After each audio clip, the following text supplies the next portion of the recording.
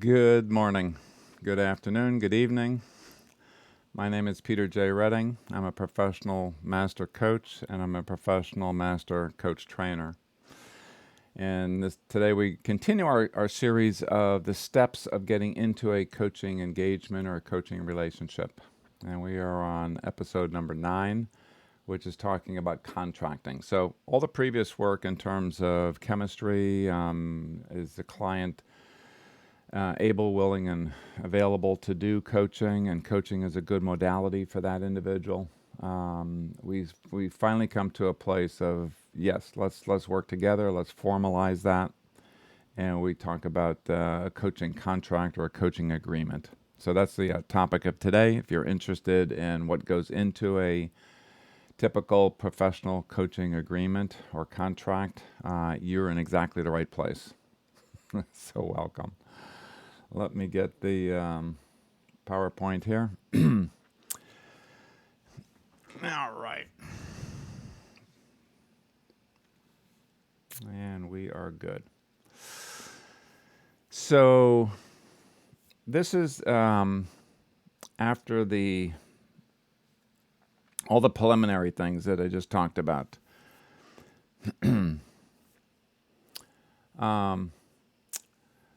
What is a fulfillment coaching model? We talked about that several weeks ago again now.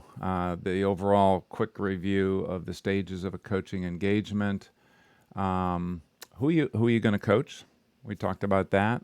If you've missed any of these episodes, these are all previously recorded and ready to go and available to you.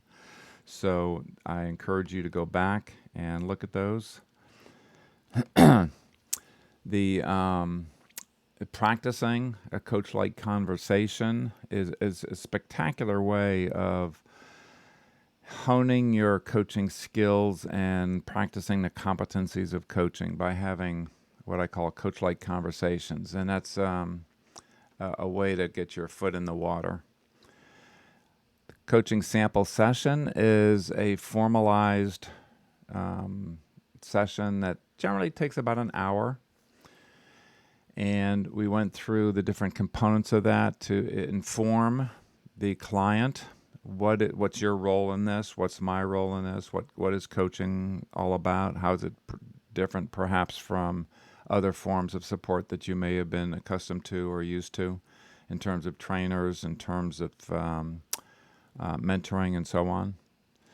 And then actually experience a live actual coaching session, with a potential coach, and if you're the coach, with a potential client.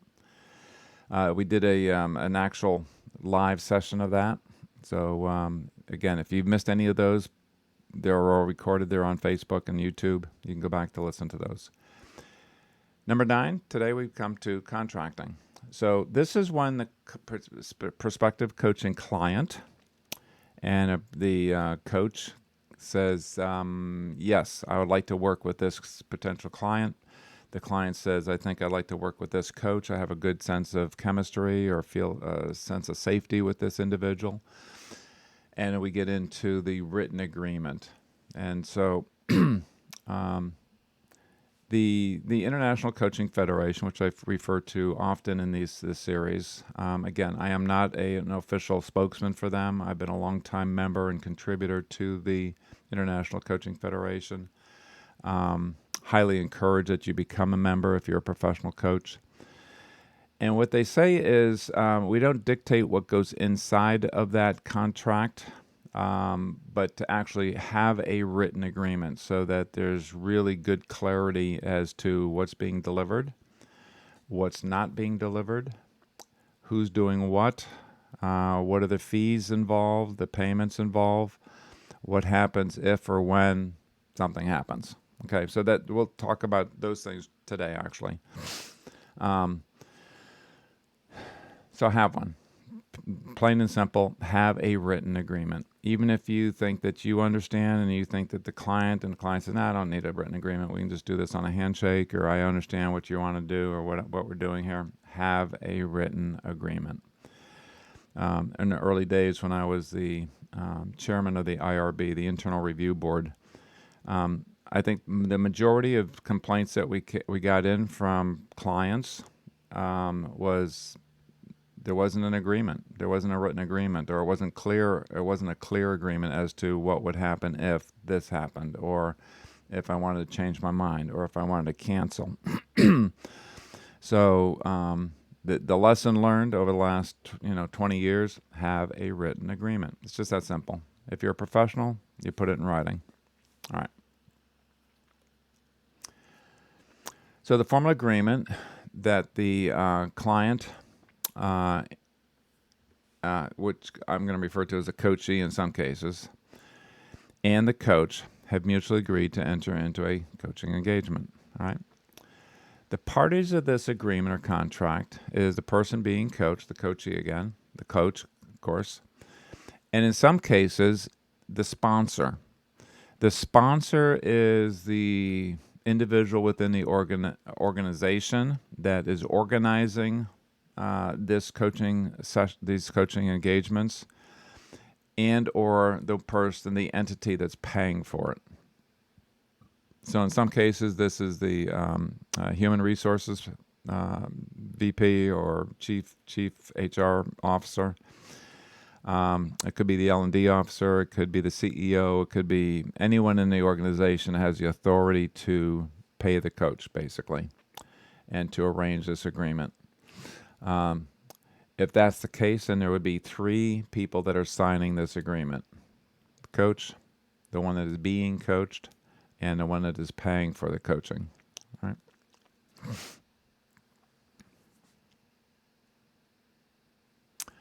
Disclaimers. I am not a lawyer. I never aspired to be a lawyer, but I've been around contracts for 40 plus years, and they're important to be clear. But I'm not a lawyer, so I'm not giving you legal advice. This is not legal advice. This is just guidelines. If it's helpful, use it. If it's not helpful, don't use it. If you need to have, if this is going to be a high-level contract with multiple people, a lot of money that is being exchanged for the services of a professional coach or professional coaches, then get legal advice. This is not going to cover all the provisions that may be necessary for your coaching agreement in your jurisdiction. Jurisdiction is your state, your province, your country. And that changes from state to state, country to country, region to region. So highly encourage you to get somebody that, again, if it's a high level or a lot of money involved with the coaching agreement, to actually hire a coach or a legal person to review the contract, or in-house. If you're from an organization, have your in-house counsel look at that. So those are my disclaimers. All right, enough of that. Some of the primary elements that I have put into my agreements over the years is who's who. Who are the parties involved, and what's their title or role in this coaching engagement. So blank is the coachee who will be receiving the services of the professional coaching. Peter Redding is the professional coach. The sponsor's name is in their title. What role do they play, etc. So who's who, just right up front. The compensation, how much money is being exchanged, if any. An agreement, even if you're not receiving funds, money, if it's a pro bono, still have a written agreement that says that. This is a pro bono engagement. There will be no monies exchanged. I'm doing this because I want to support this particular NGO or this particular executive director or this particular neighbor or this particular whatever. Still have a written agreement, okay? And then put in the compensation. This is being offered for 6 months at no fee. All right? And either party can cancel this at any time. Okay, so still have some of those provisions in a written agreement. If there is compensation, then when is it being paid? How is it being paid? And so put that into the agreement. The duration and frequency of the coaching. We'll get into each one of these things a little bit more deeply, so I want to go into all of them right now. But the duration and frequency of the coaching will be included in the agreement. Define what coaching services deliver. What are the expectations? What can you expect from coaching? Define what coaching does not deliver. This is not going to be counseling or therapy. This is not going to be mentoring where I'm going to be giving you elder advice or expertise of how to negotiate the journey through this particular company, which a mentor might do. And I'm still a huge advocate of mentoring, by the way. Coaching does not replace good mentoring. But again, describe what coaching is all about. I do not give advice. I have that in big, bold letters in my agreement. I do not give advice. The extent of confidentiality, and we're going to get into that in a little more detail in this hour. What are the responsibilities? What's the responsibilities of the client, the coachee? What are the responsibilities of the coach? And what are the responsibilities of that sponsor or the person that is going to be observing this coachee over the course of the next 3 months, 6 months, 12 months to provide on the ground, if you will, feedback? So we'll talk a little bit more about that. What are some of the permissions? I ask my clients for some permissions, and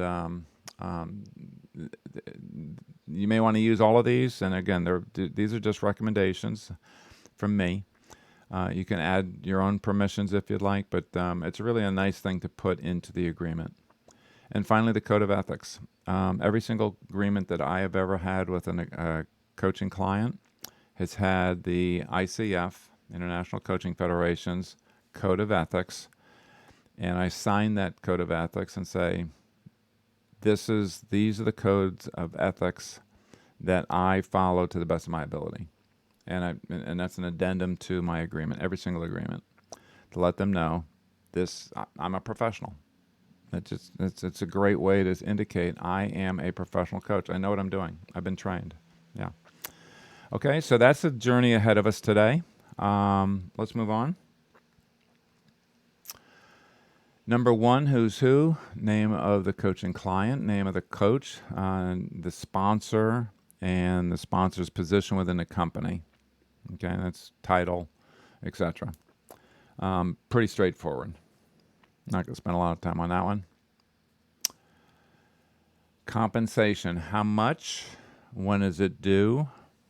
How is it to be paid? Is it paid up front? There's a lot of coaches that offer they call it a coaching package. So if it's going to be over the course of 3 months, and it's 12 sessions of X number of minutes per session. So it could be a 30-minute sessions, 45-minute sessions, 1 hour sessions. Typically not more than that. But again, clearly defined in the agreement. I'm going to offer you 12 1-hour coaching sessions over the course of the next 3 months. And if we cannot complete this agreement or this gets interrupted, then how do we handle that? Okay, you can have an extension at no charge for another month to make up any sessions that were missed, that something came up that you just could not make it. If it's interrupted and you choose not to finish, then will there be a refund or not? And again, this is up to you. This is up to you and the client to predetermine ahead of time, negotiate with the sponsor. If the client doesn't show up and misses a session, to the last point here, and I have not received a notice 24 hours ahead of time, then you will be charged for that session, because I've blocked my calendar. I've set that hour aside for specifically this purpose of coaching this particular client. And if they don't come, then you forfeit that session. You forfeit the money that's paid for that session. Okay. Again, that's my strategy. That's how mine is worded. You can do it any way you want. You can say anything that the client couldn't come and I wasn't notified within X number of hours ahead of time. Then we can make that up in the fourth month of grace period. Again, perfectly okay. Just be clear. Okay, just be clear about it so that they understand and you understand. All right. The duration and frequency of the coaching. How long are the sessions going to be? Again, it could be half an hour, 45 minutes, an hour. Probably 99% of all the coaching sessions in the world for the last 25 years have been in that category. Have I heard that some coaching sessions are 3 and 4 hours long? Yes. And again, perfectly okay. It's up to you and the client to determine that. But mostly half an hour to an hour. How many months is this going to be over the course of? Include that. If a lot of, like I said, a lot of sessions or agreements are 12 sessions over 3 months, but they don't put 3 months in there. So the client is thinking, okay, so I have 12 sessions sometime when I get around to it. I don't recommend that at all, frankly. It's much more powerful to have a rhythm of coaching sessions. So if they're every week, then have them be every week. If they're every other week, then have them every other week. If they're the first Monday of each month for 12 months, then, but there's a power in the rhythm of the sessions. There just is. Both the coach and the client are geared towards, okay, so during the session, then what are you going to do during our next month between this session and the first Monday of next month? Okay. There's just a mindset that both get into that is beneficial to the client. Again, and it doesn't have to be, you're making it up. So you do it however you want. The length of the sessions, we've already talked about that. A foundation session, put in the agreement the initial session, the discovery session, the intake. Some people still call it intake. We kind of gotten away from that in the U.S. because it's much more of a therapeutic nomenclature name for an intake. So, but I still hear some coaches refer to it as an intake. Or an onboarding is another way that you can say this. But I like foundation session because it establishes that firm foundation of why are we here, what are we going to be talking about, how do you want to how can I as a coach support you to follow the reason you're here, kind of, if you will, keep you on track. Not that I'm not going to force you to stay on track because it's your agenda. And you'll set up that each time that we get together. But I know foundationally, this is the direction that my client wants to go in and what they want to accomplish. Okay. And some other processes that support them to know themselves better. We're going to talk about the foundation session as for a whole hour next week. Okay. So you definitely want to come to that one. There's things in there that the client, my opinion, you don't have to do this. They should know themselves better at the end of the foundation session than they knew themselves at the beginning of the foundation session. Because there's so much that is at stake in all the things that they talk about for the next 3 months or 6 months or a year. That will be, is it congruent with that inner sense of self? Is one of my main themes. All right. So anyhow, foundation session. Come next week. We'll talk a lot more about that one. The ongoing coaching sessions. Okay. So again, when are they going to be? And the frequency of that. If there's going to be a midterm or a periodic review session with either you and the client, or you, the client, and the sponsor. So more and more internal coaches or external coaches that come into an organization, the organization says, so what's happening? It's like a black box. We don't know what's happening in the room. They're getting more accustomed to that and educated to that. It has to be confidential. In other words, they don't have a seat at this table, not during the actual coaching session. And they still want to know and track, are we making a good investment? Do we want to do more of this in our organization? Do we want to extend this agreement with this particular client, our employee? So coaches have started in sitting down with that sponsor up front and saying, you have the responsibility of tracking. You have the responsibility of observing, because you're the one that's seeing them, or if you're not, find somebody, the direct report or the direct boss that has that observation that's on a daily or weekly basis, and observe, are they making progress towards the goals that have been set up by the organization and with the client and shared with the coach. But the coach does not take on the role of supervisor. The coach does not take on the role of observing them in their workspace, in their daily life. The coach is there to hear about that from the client and the client's perspective. But the client has to be the one that is observing progress or the lack of progress and having those conversations on an ongoing basis with that client, with their employee. Okay. So the midterm or the periodic check-ins, if this is going to be a year-long agreement, you may want to do a quarterly check-in.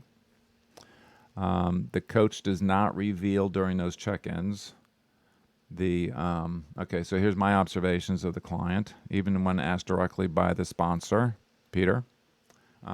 Is she making progress or not? And where is she making progress? And I'll say, great question. And I'm going to defer that over to her that they're referring to, and have her, give her self-assessment of where she's at with her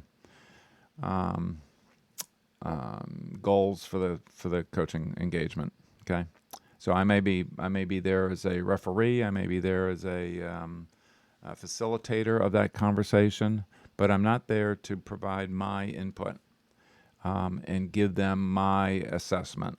It's not appropriate, and that is covered under the confidentiality piece of a professional coach. All right, but again, up front and in the agreement, are there going to be these kinds of periodic check-ins or not? And again, that's up to you and the client. There's some clients right now. Some sponsors right now that have a true and deep appreciation and understanding of coaching and the confidentiality that's around that. That are saying up front to me or to the coach that I've trained and say, I know that coaching is a powerful, maybe the most powerful modality of personal and professional development. And I trust that. And I trust that if I have a professionally trained coach, particularly one that is at the PCC level of coaching that the ICF has designated at that level, professional certified coach, and they know that if they have a PCC coach working with their high potential executive, or one of their CXO level executives, that it will pay for itself 10 times over. And so there's no need. I don't care what she talks about or he talks about or they talk about. Do your thing, basically. And don't require upfront or during the sessions, check-ins. And I think that's a direction that professional coaching is taking. If you are dealing with a professional coach that has been properly trained and it's coaching at a very advanced level, which a PCC would be. Okay. And there's still, most of them still want to check in. I'd like to know what the heck is going on. How do I know that? Because you won't tell me. So yeah, I want to check in every 3 months. Okay, super. And if you're going to play a role in that, you, the coach, then you will be compensated for that again or not, depending upon how you want to arrange that. If that's going to be an hour of your time every quarter that's in addition to the coaching, then add it to the compensation that you're going to expect from this engagement. Again, your choice. All right. Completion session. The is how do we do? And this is generally between you and a client. You go back and review the last 3 months, 6 months, 12 months. Where did you start? Where are you now? What kind of support structures have supported you outside of our coaching in the last 6 months that you've been putting into place? Do you want to continue with those support structures as you move forward now without me as your coach, and so on? So it's really a valuable thing to do as a completion session. Again, we'll talk about that in this overall series, series number 4 of the steps of a coaching engagement. Unscheduled sessions. This question almost comes up in every single coach training that I've done for 25 years now, is what happens when a client needs extra support or wants to call or wants to do a session in between the scheduled sessions. So if we have sessions scheduled every other week and something happens in that off week, then how do you handle that? Well, you handle it by thinking about it up front. You handle it by putting it into your agreement. I am available or I'm not available. Your choice as the coach. If the client says, I have to have access to you, Peter, in between sessions, then I can either decline them as a coaching client, or I can build it into my agreement. Now, for those clients that, or for those coaches that say, yeah, I want to be available, and I actually like that as part of my agreement. They put it into the agreement that says, you can call me and we can do a chat, or we can do a text messaging for 5 minutes if you have a question or emergency or something has come up that you'd just like to have a sounding board. Okay, not advice, because I'm still not going to give you advice, but a sounding board.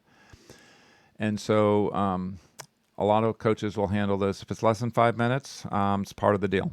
There's no additional charge. If it goes over 5 minutes, or it looks like it's going to go over 5 minutes, then I will indicate that we're now at the 5-minute mark. Do you want to have this be an additional session? And that will bring with it an additional fee for the coaching. And again, you decide the terms. There's no one way to do this, quote, right, or that you have to do it this way, or you have to make yourself available. One of the things that I say is, if it's really an emergency and it's critical to your coaching engagement goals, and you let me know, I will do my best. I can't guarantee it, but I'll do my best to be available within 24 hours. Okay, to have that conversation. My fee is based on an annual fee, so I don't get into the 5 minutes or things like that. It's just not appropriate for the level of coaching that I do and the level of people that I work with, which are world-changing visionaries that are literally up to changing the world to make it be a better place. And so I love working with them. So that's the way I handle that. But again, think about it. Note it in your agreement. It's covered. It's not covered. I'm available. I'm not available.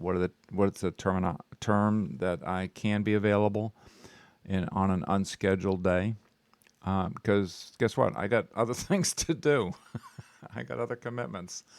I may be doing a 5-day training all in a row, and my full concentration is on that training program, not on trying to catch up with a client. So think about it. Put it in there. That'll make it works for you. All right, fantastic. We're doing great here. All righty. Number 4, define the coaching service. What's coaching services deliver? There's a lot of confusion still in coaching. Is it mentoring? Is it therapy? Is it teaching? Is it telling people what to do? Is it a pre-programmed schedule of We're going to go through the 5 steps of delegation, and step 1 is going to be session number 1. Step 2 is going to be delegation session number 2, and so on. Not. Okay, so those are things that it's not. So tell them what it is. It's a confidential space to explore and learn. Confidential. It's between you and me. It is 100% the coachee's agenda, not mine, and not the sponsors, by the way. Now, it may overlap. The coachee has said, yeah, I definitely want to learn how to, experiment, talk about, kind of have a greater awareness around consciousness around delegation. When do I do it? When do I not do it? When I do it, what's the motivation? When I'm not doing it, what's my fear? I mean, that's perfectly okay. And that may be one of the things that the sponsors said, if you're going to be promotable into more senior positions during your career over the next 10, 15 years, you have to understand, you have to know, you have to master the art of delegation, as an example. And the coachee says, absolutely, I want to be able to master that.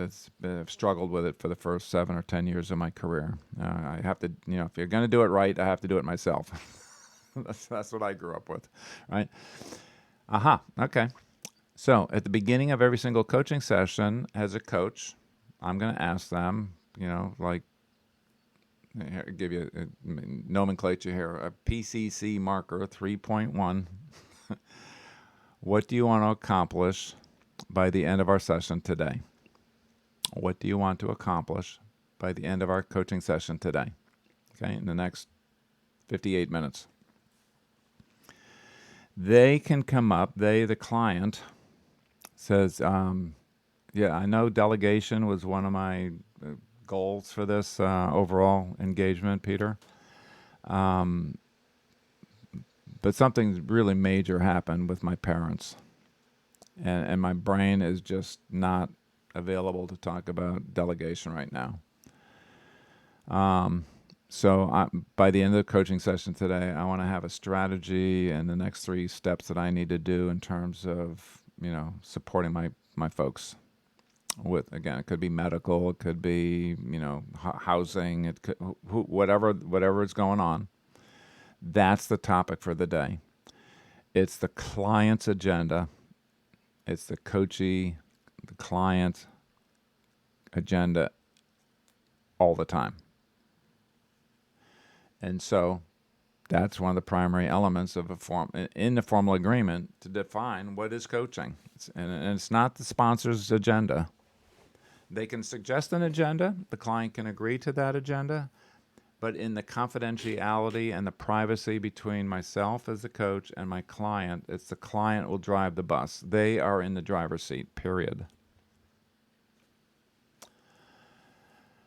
There's support through inquiry and observation. That's my job, frankly. I ask questions. I'm curious. I invite the client to dig deeper into things. I may make an observation, and what I call a clean observation. This is not a leading observation. Don't you think it would be better too? Whatever follows that is not coaching. That's suggestive, directive, authoritative, and closed end. Because it's, yeah, oh, that's a good idea. Yes, yeah, Peter. Yeah, thank you. Not coaching. There's support for knowing yourself better. My experience that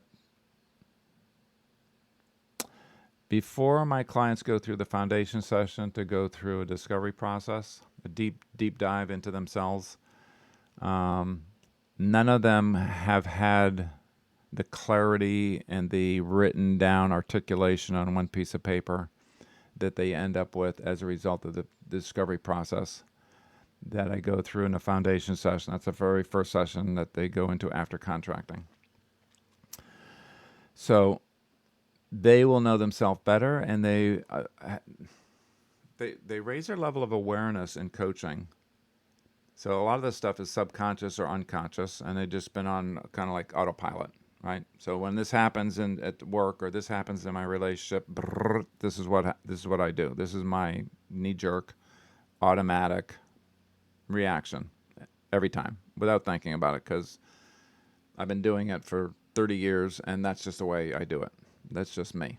Okay. Well, that's not just them. That's the way they've been programmed, if you will, or conditioned themselves, or they haven't stopped to think about it. And frankly, the power of coaching is to probe what's the underneath motivation for that. Does that continue to serve you? Is one of my favorite questions. I know that's a yes or no question, but it's meant to kind of stop them and go, huh, does that continue to serve me? Or how does that continue to serve you? Better way to say it, open-ended. So allow the client to figure out for themselves through my observations and through my questioning.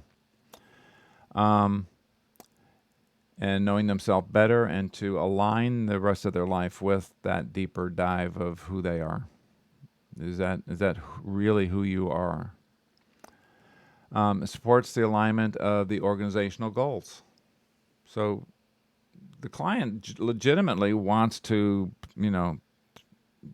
be a better executive, be a better manager, be a better human being, be a better communicator, be a better whatever they are. Engineer, finance guy, marketing guy, production guy.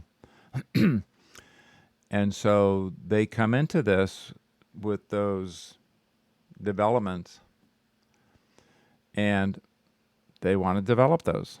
And fair enough, they generally do. Coaching supports alignment to your personal goals. What are your personal goals? And are they in congruency or alignment with your organizational goals? Supports the growth and supports your growth and development, period. It does. People get to know themselves better. They take time to think. They are challenged in some cases by their coach to go deeper and explore. So what's going on with you when this is going on at work? That's what coaching delivers. Now, the other side of this is, what does it not deliver? And have it be really clear in your agreement. A reporting of what the coachee is sharing is not delivered. If the person in the organization says, I have to know what's going on, and then I have to decline the assignment. And I've done that. And people that I've trained have done that. And it hurts because, that's lost money and lost revenue and lost opportunity to earn, good money. But it's not ethical. You've just left the ethics of a professional coach if you agree to do that. And so one of the admonitions that I share with an HR person that's not familiar with coaching, and say, I have to decline that. And I'm going to highly encourage you, whether you hire me or not, please get a professional coach that will not give you that information. Because if you do, you'll ruin the opportunity for coaching in this organization for probably the next 10 years. Because every other employee that wants to get coached or is suggested to have a coach will say, whew, no. The coaches that HR is bringing in or L&D is bringing in report all that stuff back to them, and it's not confidential. And if I go to all the YouTube channels and listen to people like Peter Redding that are professional coaches, they say this is supposed to be confidential between them and their client. And if it's not, then the individual is going to talk. If they do get a coach, an external coach that says, oh yeah, I can talk to you about anything you want, that coaching is going to be so superficial, it's not going to pay any dividends at all. Because they're not going to share anything that they don't want to be known by other people in the organization. So just don't do it. Don't do it. We don't give advice. I don't give you advice. I'm going to make you do the work and figure out what's going to be best for you. What's best for you, what's best for your family, what's best for the organization, what's best for your strategies, what's best for your next steps. And I am not here to give you advice. This is why coaching, professional, clear, clean coaching, is so highly touted around the world and has been for 20 years, because it demands the individual to develop themselves. Period.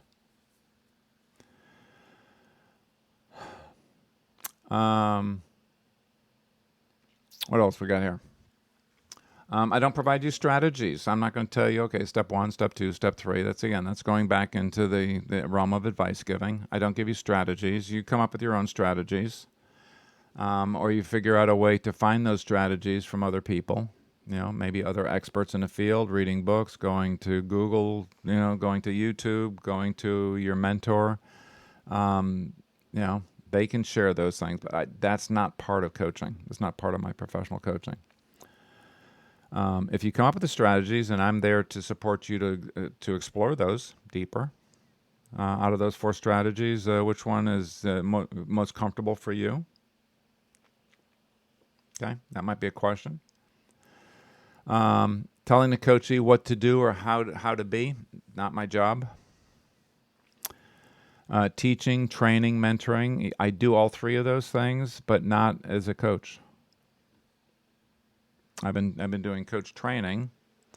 I've been doing coach teaching. I've been doing coach mentoring coaches that are taking training classes and mentoring classes with me, but not as a coach. I'm a clean, clear coach. This is your work to do, and I'm here to support you to do it, and to challenge you, and to support you, and to be a cheerleader for you in some respects. Supporting you to continue.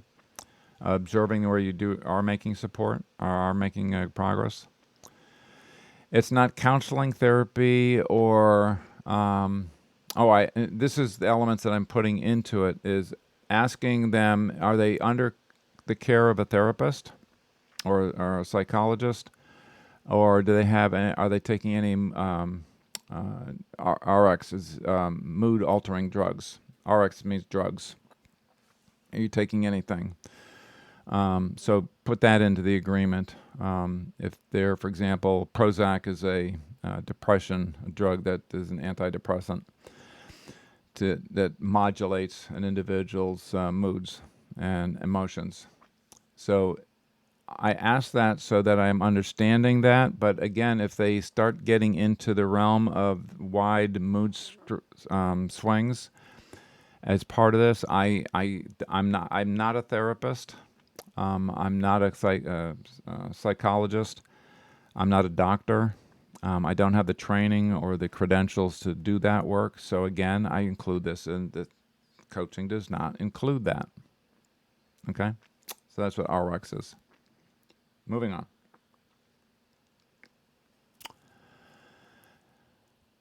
Extent of confidentiality. I will not share the coachee's discussions, topics, attitudes, behaviors, desired future or plans, progress or lack of progress between me and my client. If they're talking about leaving their job, I'm not going to share that. I cannot share that with the employer, their employer, the sponsor of this coaching engagement. There's an adage in coaching of many of my students have said, when I get into situations in an organization, the person that's hiring me is basically supporting me to support that person to move up or move out, and either one is totally acceptable to the sponsor. But that's going to happen in the course of time that the client chooses, or if the sponsor says, okay, so you're still not doing the work that I need to have you do, so I need to let you go. Okay. That relationship of hired, not hired, fired, not fired is not my business as a coach. I can support my client, and they may be talking about that, and I'm going to support them in terms of, again, what best supports you.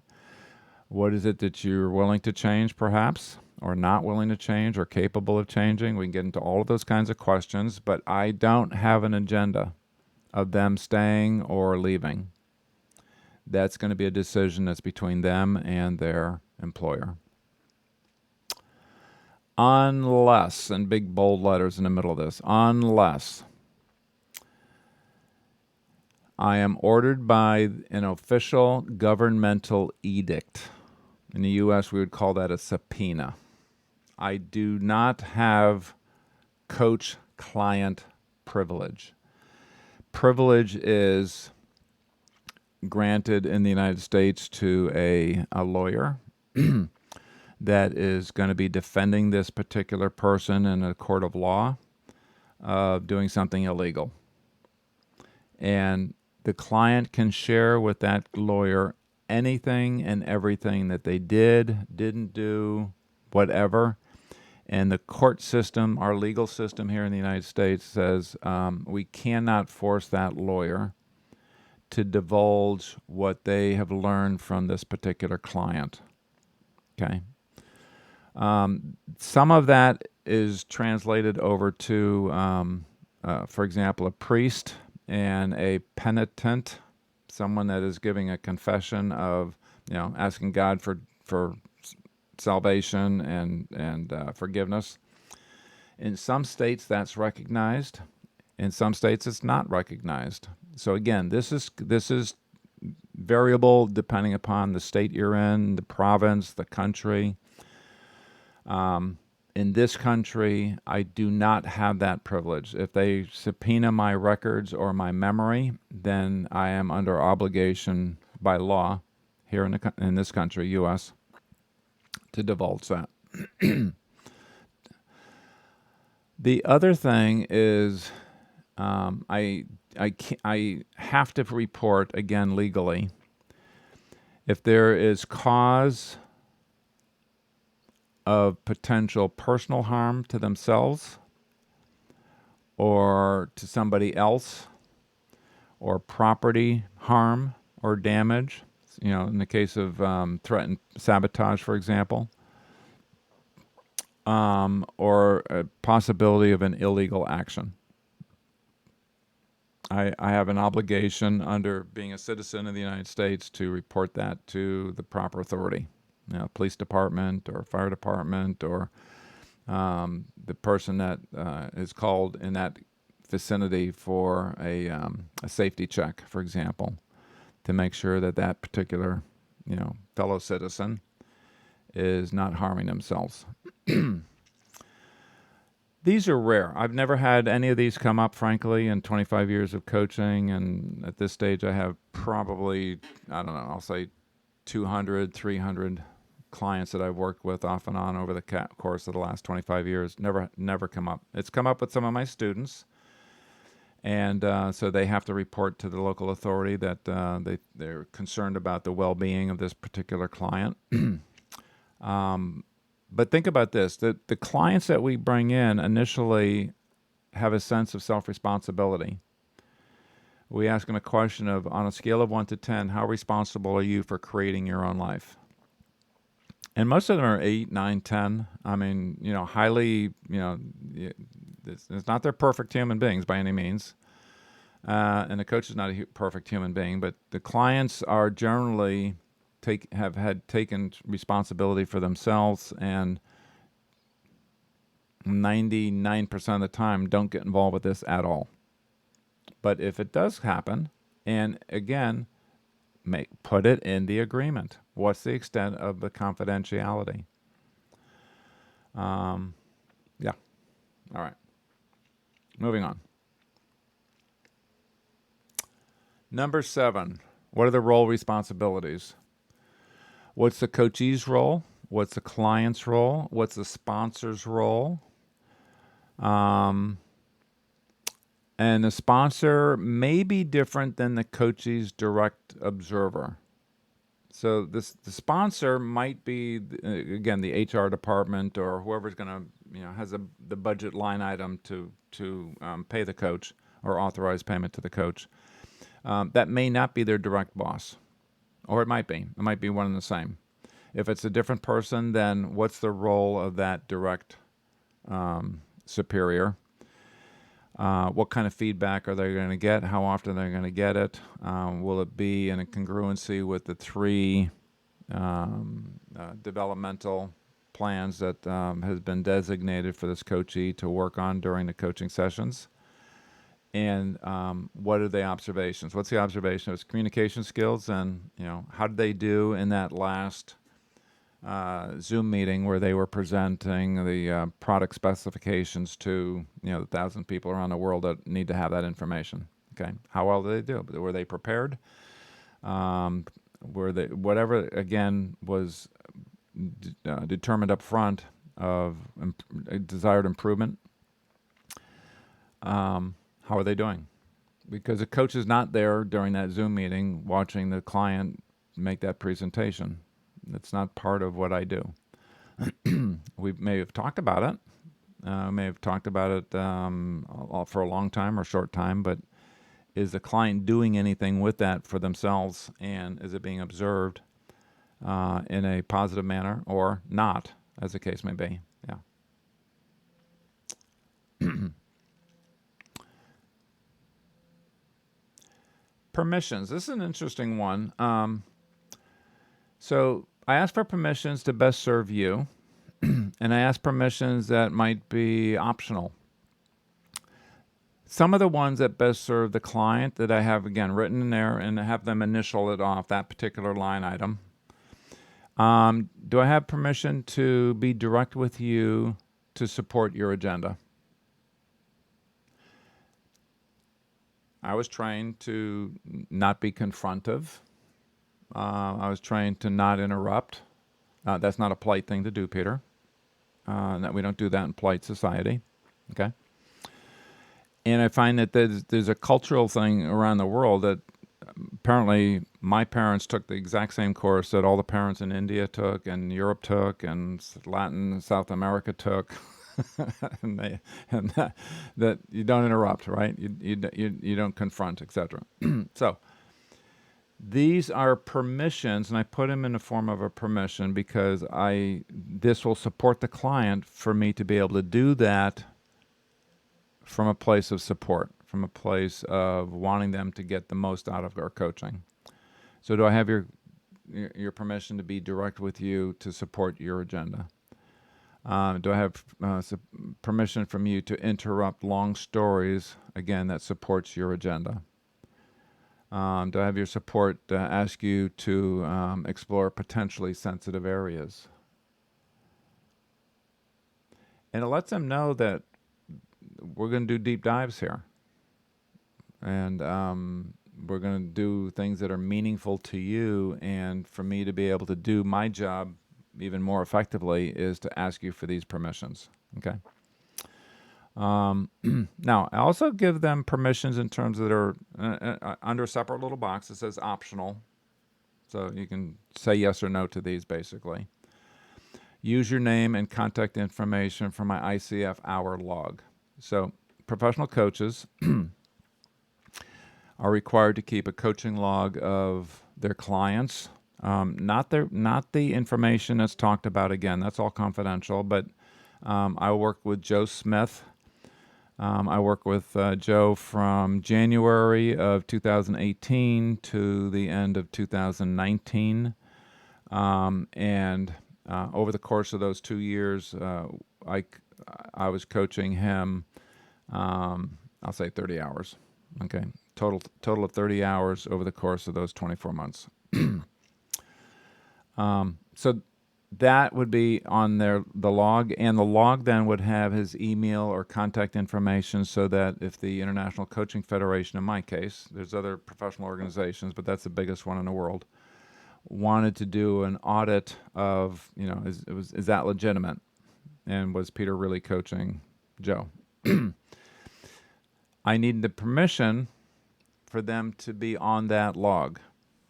And particularly now with all the personal and privacy confidentialities that are so important, I have I give them permission to say yes to that or no to that. If they say no to that, then I cannot put that on my coaching log, even though I've coached that individual 30 hours in that period of 2 years. Towards my 100 hours or 500 hours or 2,500 hours of credentialing that the ICF offers. Okay, so that's one option. And make sure that you have that initialed on there if you're going to include it on the log. Because when the ICF asks you in your application, they're going to say, "Do you have the client's permission to have it be on the log?" And you have to say, "I forgot." Then you can't include it. Can I use you as a reference for perhaps other clients that may want to hire me and want to talk to one of my current clients? Again, that's optional. They can say yes or no. Most of them say, yeah, absolutely.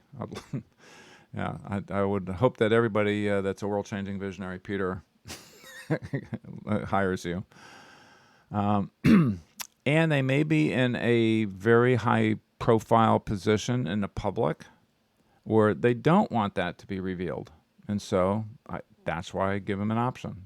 No, I'd prefer not. Or, case by case. But otherwise, yeah, not carte blanche. Don't put it on your Facebook. Don't put it on your website. Don't be talking about it to your people that you're training as a coach. It's not okay. Totally respect that. Acknowledge you in public as a coaching client. Same thing there. So I don't use names of my clients in social media posts or blogging or storytelling or anything.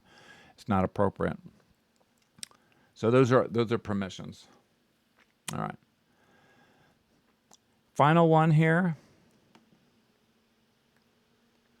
Code of Ethics. Code of Ethics is about a 3-page document. It's very, very detailed. It talks about a lot of the things we've talked about in this session and past sessions of what a coach is, what it's not, how we do it, what we're guided by. And so I take that and I say, you can read it there yourself, as a member of the ICF, International Coaching Federation, I subscribe to and adhere to the following ICF Code of Ethics to the best of my ability. And I sign it, Peter J. Redding. And that is a 3-page addendum to my 2 or 3-page agreement. So the client will end up with 5 or 6 pages of agreement that details all the things we've talked about. There's probably some other things I've missed in this. And like I said, it's not meant to give you a 100% everything that you might need to include or want to include in your agreement.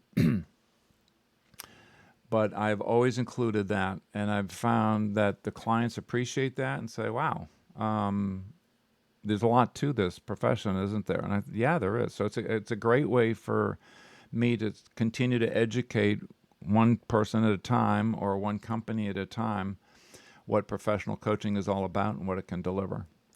So highly, highly. If you're not a ICF member, by the way, then don't claim to be a member because that's unethical. It's kind of an oxymoron. But as a professional coach, I adhere to these codes of ethics. Okay, you can't say as a member of ICF, but you can still, it's a public document if you don't change it. You can download it from the ICF website. At coachingfederation.org, coachingfederation.org, and do a copy-paste. It's copyrighted by the ICF, but if you don't change anything and you give them credit that this is a copyrighted version and these are the ethics that I choose to follow as a professional coach, then I encourage you to do so. Okay?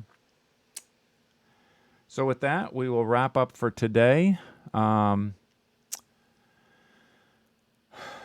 Next week, foundation session. I've talked about this. I've referred to this over the last 9 sessions now, previous sessions with this one. The foundation session is after contracting is signed.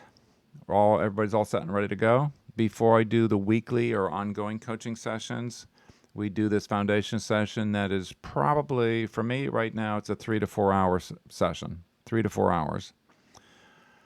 And we'll talk about what's included in that, what you can include that.